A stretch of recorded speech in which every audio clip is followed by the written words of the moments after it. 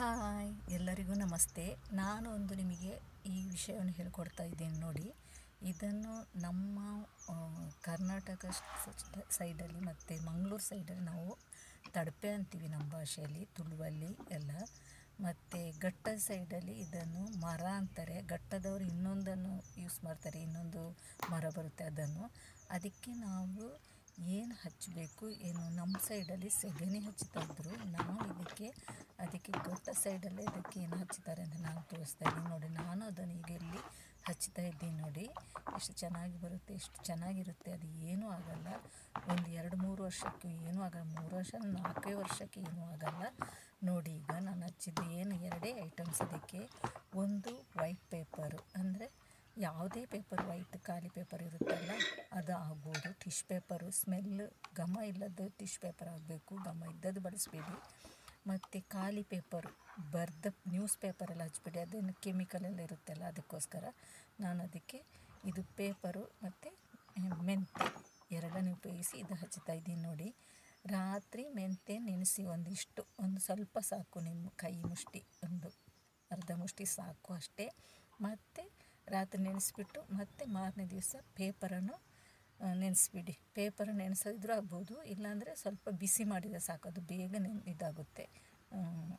ಇದು paper ಟಿಶ್ paper ಆದರೆ ಇನ್ನೂ ಚೆನ್ನಾಗಿರುತ್ತೆ. ಆಮೇಲೆ ಇದನ್ನು ಎರಡನ್ನು ರುಬ್ಬಿ ಮಿಕ್ಸಿಗೆ ಹಾಕಿ ರುಬ್ಕೊಳ್ಳಿ, ಚೆನ್ನಾಗಿ ನೈಸಾಗಿ ರುಬ್ಕೊಳ್ಳಿ ನೋಡಿ, ಚೆನ್ನಾಗಿ ಬರುತ್ತೆ. ಆಮೇಲೆ ಇದಕ್ಕೆ ಹೀಗೆ ಹಚ್ಚಿ ನೋಡಿ, ನಾನು ಹಚ್ತಾ ಇದ್ದೀನಿ ನೋಡಿ, ಇಲ್ಲಿಗ ತೋರಿಸ್ತಾ ಇದ್ದೀನಿ ನಿಮಗೆ ಹೇಗೆ ಹಚ್ತಾ ಇದ್ದೀನಿ ಅಂತ. ತುಂಬ ಚೆನ್ನಾಗಿ ಬರುತ್ತೆ ಹಚ್ಚೋಕ್ಕೆ, ನೈಸಾಗಿ ರುಬ್ಬಿದರೆ. 2 ಸೈಡೂ ಹಚ್ಚಿ, ಅದು ಗ್ಯಾಪ್ ಇರುತ್ತಲ್ಲ ಅದರ ಸೈಡಿಗೆಲ್ಲ ಹಚ್ಚಿ ನೋಡಿ ಎಷ್ಟು ಚೆನ್ನಾಗಿ ಬರುತ್ತೆ ಅಂತ. ಒಂದು ಚೂರು ಏನು ಇದು ಮಾಡಬೇಡಿ, ಎಲ್ಲ ಸೈಡೆಲ್ಲ ಹಚ್ಚಿ, ಏನೂ ಆಗಲ್ಲ. ಮತ್ತು ಇದರ ಹಿಂದ್ಗಡೆ ಬ್ಯಾಕ್ ಸೈಡೂ ಹಚ್ಚಬೇಕು. ಅದನ್ನು ಹೀಗೆ ನೋಡಿ ಹಚ್ಚಿ. ಈಗ ನಾನು ಫ್ರಂಟ್ ಸೈಡಲ್ಲಿ ಹಚ್ಚುತ್ತಾ ಇದ್ದೀನಿ ನೋಡಿ.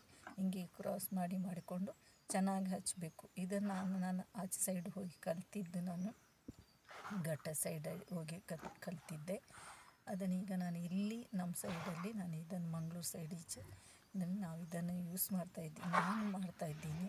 ಯಾರಿಗೇ ಆದರೂ ಗೊತ್ತಿಲ್ಲದವರು ಹೀಗೆ ಮಾಡಿ, ಅಂದರೆ ಹುಳ ಬೀಳುತ್ತೆ ಅಂತಾರೆ ಅದಕ್ಕೆ, ಇದು ಹಾಳಾಗುತ್ತೆ. ಇದು ತಡಪೆ ಮರ ಏನೂ ಆಗಲ್ಲ, ಇದನ್ನು ಹಚ್ಚಿದರೆ ತುಂಬ ಗಟ್ಟಿಯಾಗಿ ಇರುತ್ತೆ.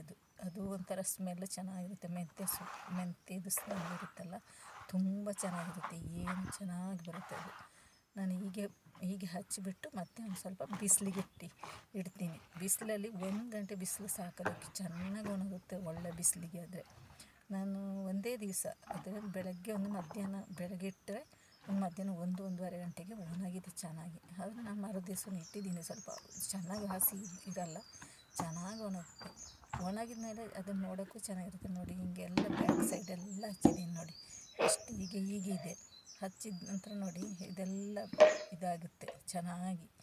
ಈ ಸೈಡ್ ಇರುತ್ತಲ್ಲ ಅದೆಲ್ಲ ಇದಾಗುತ್ತೆ ನೋಡಿ, ತುಂಬ ಚೆನ್ನಾಗಿರುತ್ತೆ.